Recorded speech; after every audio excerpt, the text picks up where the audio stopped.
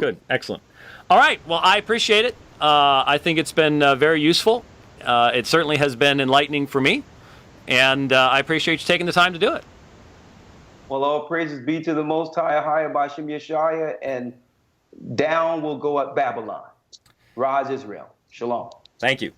So we recently passed the 4th anniversary of James White's infamous first dialogue with Rawchaa Shayar of Gathering of Christ Church. During that discussion, I had actually been live tweeting my thoughts, and at the end of the discussion, after Rawchaa Shayar departed from their video call, Dr. White made a passing reference to me. I'll have to admit, watching the Twitter feed, some of you need to be punished for what you're doing to me in the Twitter feed. Some of you just were not helping. Okay? Now, Abu, you were. Thank you. I understand you. There's a fellow, Abu Kamer, on Twitter that obviously knows his stuff and knows these guys a whole lot better than I do. And I appreciate that. The one person I know of who caught that was Priest Danyaahla, a longtime veteran of One West Israelism, who was already familiar with some of my stuff. Now, before I get to what he wrote, I want to clarify that mere disagreement need not constitute disrespect. While I haven't had much interaction with Danyaahla over the years, I still nonetheless think it's fair to state that I have never personally disrespected him, nor is it my intention to disrespect him here. Of course, I do have strong doctrinal disagreements with him, but believe it or not, I still respect the man.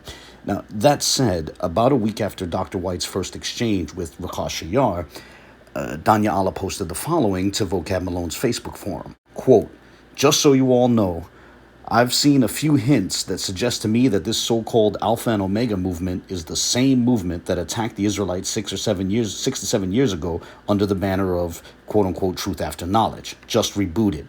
You failed then and will fail now. Warning.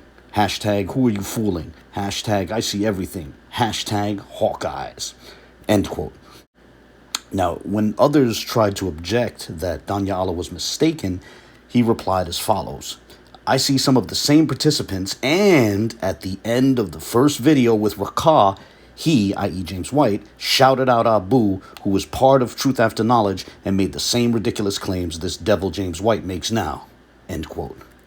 Now, while Danyaahla had correctly caught that Dr. White made a reference to me, with all due respect, he read too much into that. His conflation of Truth After Knowledge with Alpha and Omega Ministries was mistaken, and here was what was shared with him in reply in regards to that.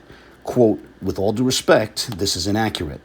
Truth After Knowledge was a hodgepodge mix of former UPKers, and i.e. One Westers, a Catholic, and a Messianic Jew, all of them deuterocanonical affirming, and none of the members were well-known apologists or had formal theological training.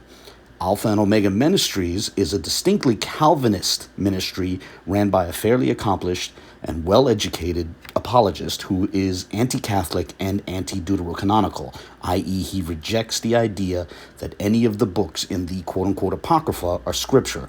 In short, there is no connection between Truth After Knowledge and Alpha and Omega Ministries, except for the fact that each group has shown an interest in debating UPKers, i.e. One Westers." End quote.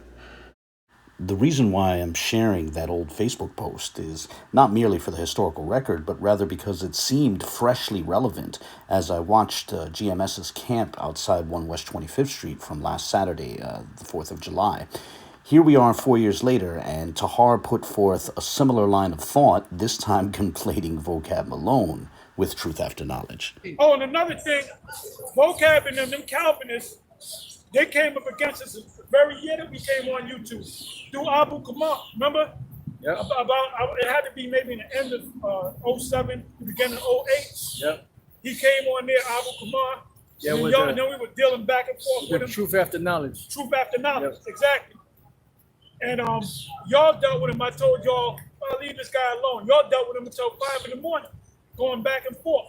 And we used to go back and forth, back and forth, back and forth with Abu Kamal. Now, admittedly, there are a few things to unpack here. Perhaps the first question is, what is truth after knowledge? That phrase has been mentioned a few times in this video by Danyaahla, by Tahar, and by myself. The answer is Truth After Knowledge was a mere collection of a few guys on the internet who had objections to some One West doctrines, and they were coming from a variety of perspectives. It was actually a guy named Zachariah ben Yaakov, who started it, and Truth After Knowledge had a Yahoo group discussion forum, it had a MySpace page, and a YouTube page. Now, Truth After Knowledge started around 2006 and was around until about 2011. It faded around March of 2011. In fact, you can still find Truth After Knowledge's remaining YouTube account, which is TAK Classics. That's one word, and I'll put a link in the video description. Whatever the case, neither James White nor Vocab Malone had any connection to Truth After Knowledge. Vocab had not heard of Truth After Knowledge before 2016, and I doubt James White has heard of it even to this day.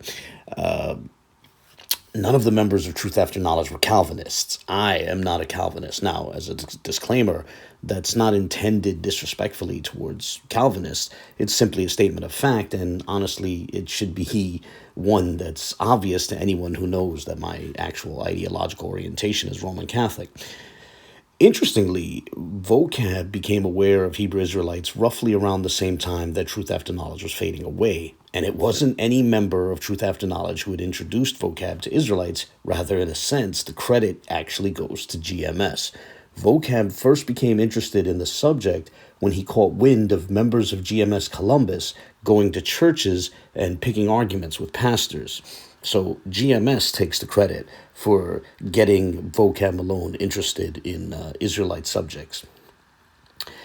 Many One-Westers act as though Christians from mainstream denominations just started criticizing them for no reason, when in reality, One-Westers have been criticizing the mainstream denominations for years, decades, in fact.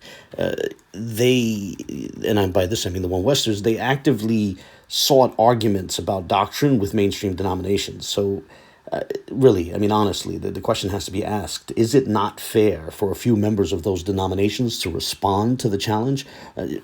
Really, why is that considered so outrageous or offensive?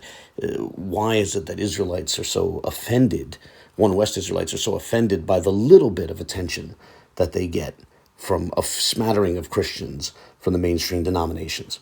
Now, I could go on, but I'll stop here. In this brief scraping of the surface of the subject of Truth After Knowledge, as always, I look forward to the comments of others.